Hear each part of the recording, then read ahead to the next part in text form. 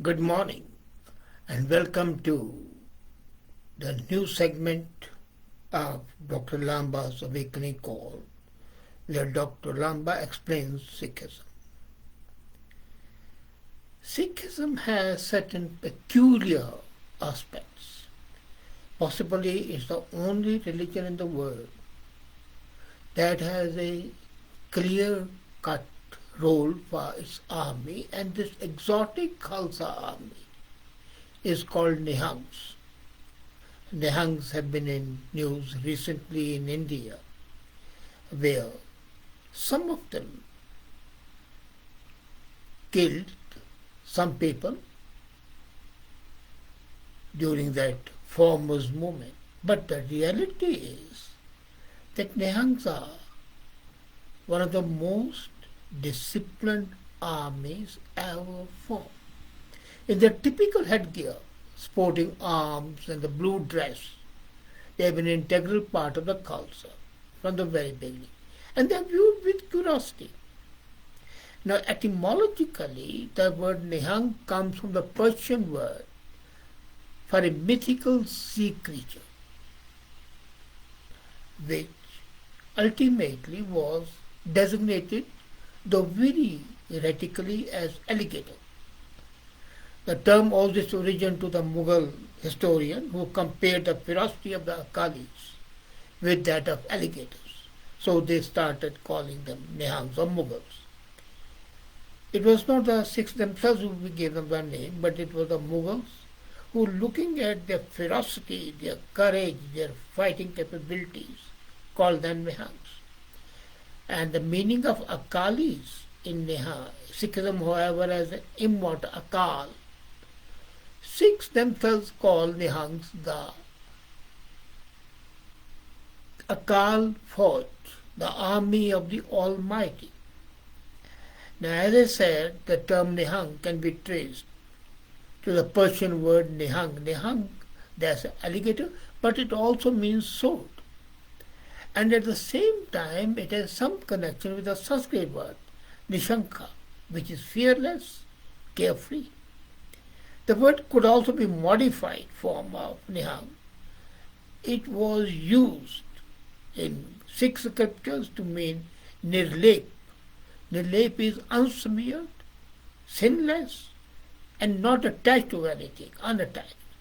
According to Guru Shabdratnaka encyclopedia, there are different meanings of Nihang. It means the sword, it means the pen, it also means the alligator, as I said it earlier, it also means the horse, trunk. Then it's unrestrained. And it's mentioned in Asadivar, Nirbhay hoyo paya nihanga. Maybe that's a meaning.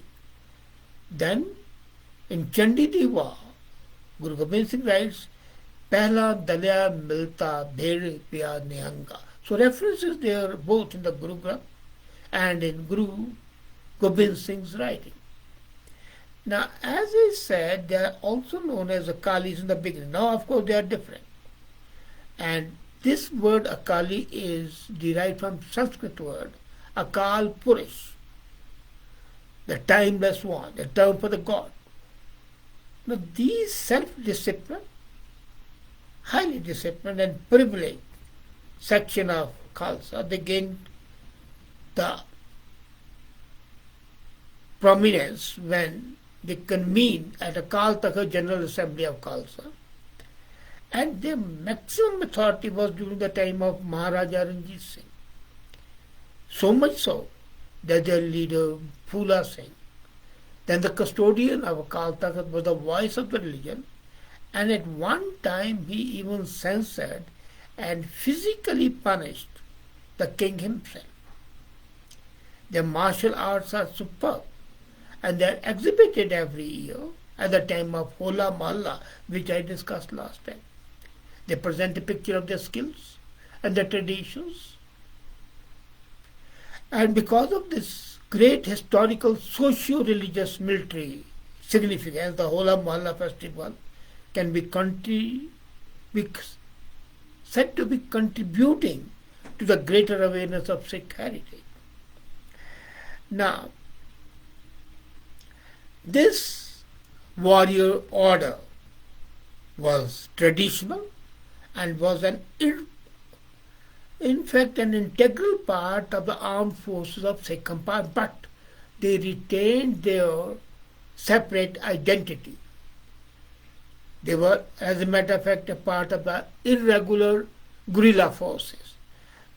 If I have to give it a modern interpretation, I would say they were like the special forces today, not a part of the army structure, but independent with themselves, but a part of that.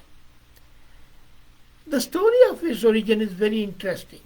One is that Guru Gobind Singh's infant son, Fateh Singh, appeared before him wearing a deep blue shirt and a large blue plumed turban.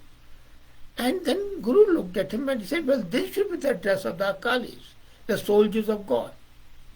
There's another theory that after his escape from Chamkaur, Guru Gobind Singh donned a blue dress, which is a fact. He was putting up appearance as a Muslim pea. And he burnt this dress when he reached the village Dilia near Kotkapura in December. But his attendant Man Singh saved a small piece of the blue cloth, stuck it on the top of his turban as a mark of respect. There's still another version of the origin of Nihang dress, and that is that Naina Singh Akali of Nishanwali mission introduced a tall plumed turban which later on became the Nihang attire. So how did this sect, this guerrilla part of the Sikh army, become so prominent? As a matter of fact, despite growing power of the Sikhs, there were 12 missiles or sects in the 18th century, and they were fighting with each other. The Akali Nihangs banded together to renounce power and cultivated self-discipline and austerity. And when Maharaja Ranjit Singh founded the Sikh kingdom, he was impressed by their valor and discipline and made them, as I said, a special wing of the army. Now, another thing to be, they were not paid any salary. Well, the regular soldiers of the Sikh army were paid salaries. These Nihangs, special forces, were not paid any salaries. And in about 4 battles which Ranjit Singh won, they played a very, very important role. One was the Battle of Kasur. The other was Multan, then conquering Kashmir and Nawaz Sharif. Now, what is Nihang? Nihang is anybody who is not afraid of anything. In Rag Asa,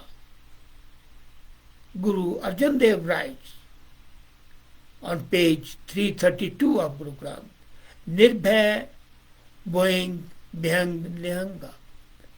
Now, describing them as fearless, and then they are unattached.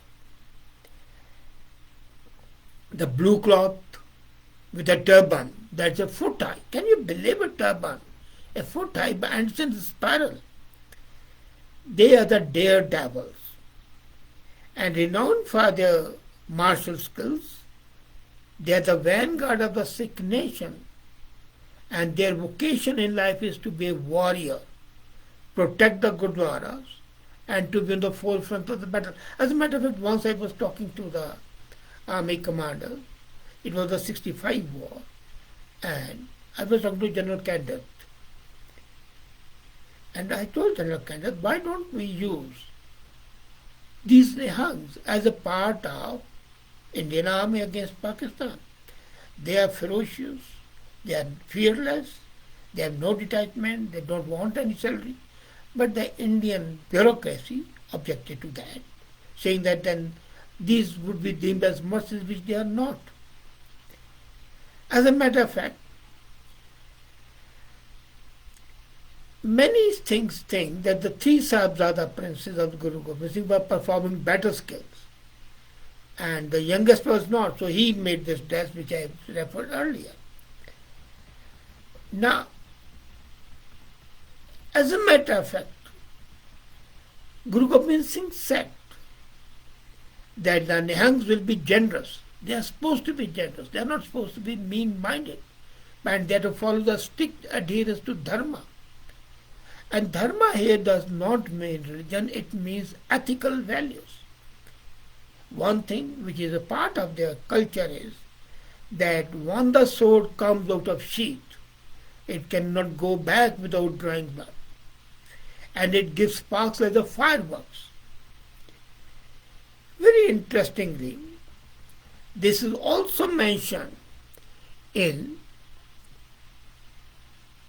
Guru Granth, and it says that the Nihangs come of the battlefields like a crocodile comes out of the sea. And at one place, Guru Gobind Singh writes, Bhukha Sher. So they used to lead such an intricate and unpredictable lifestyle that even their families did not know of their whereabouts.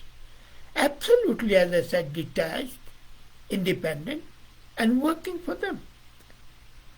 And they used to have their own, and their vocabulary, they have a very colorful vocabulary. It's a vocabulary which normal people in their day-to-day intercourse would not understand. And, for example, to die, they don't die. They call it charanheen karna.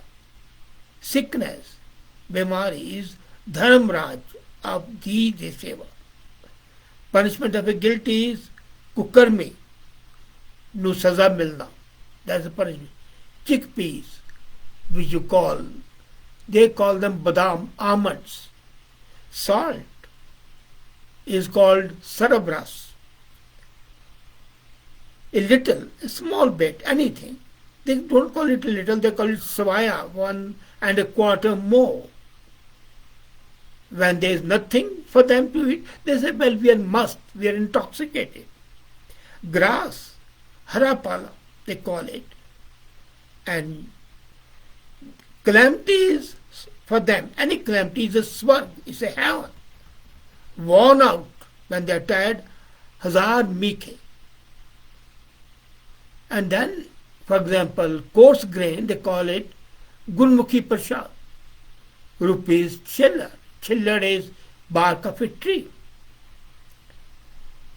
Ek is one, is called savalak. That is 125,000. Sleep. Dharam Rajdi, the daughter of the righteousness. And to themselves they call as Fauj. One person will call himself army. So this made them a composite whole, absolutely distinct. Then traditional Nihang dress is known as Khalsa Sru.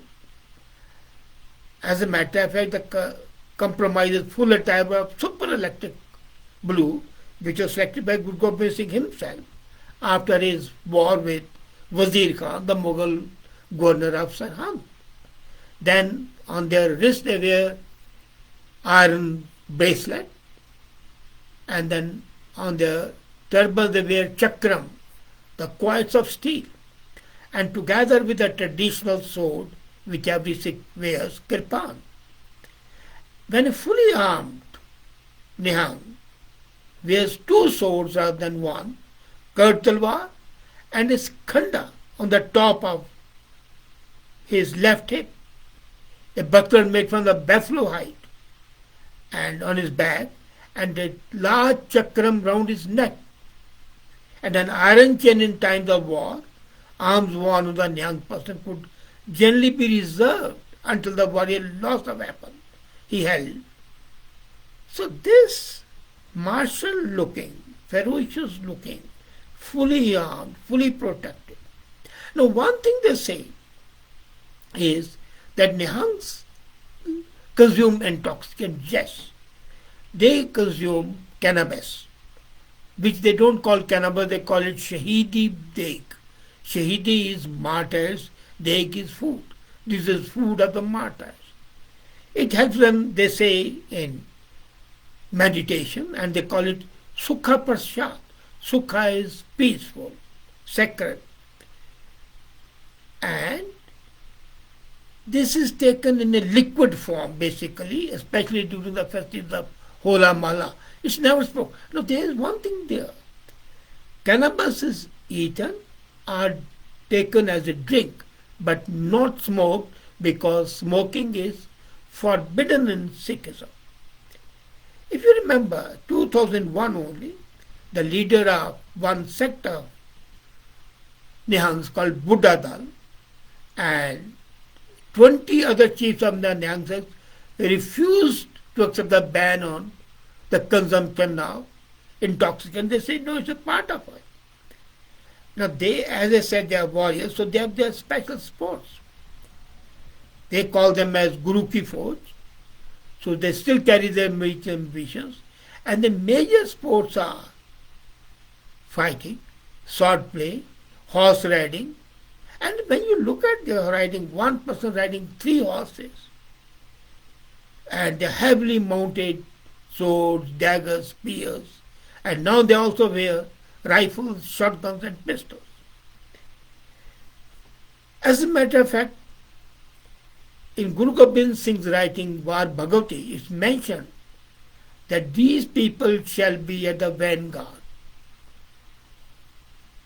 And they are the, as I said, super trained guerrilla warfares who don't turn their back. As a matter of fact, Sikhism has 2 aspects which are propagated by the 6th Guru, Miri and Piri, the temporal and the spiritual. They don't renounce the word, they live in the word, pray. And the integrity, honesty, that is the hallmark of Sikh culture. Now, Nihangs are that part which require Sikhs to maintain their discipline. As a matter of fact, this exotic army of Khalsa is an integral part of Sikhism. And to understand them, one has to perceive them as really an army ordained by the gods, a sacred sacrament. Of course, they have been politicalized at one time or the other, and even now they are. But their essential virtuosity is unquestionable. Thank you.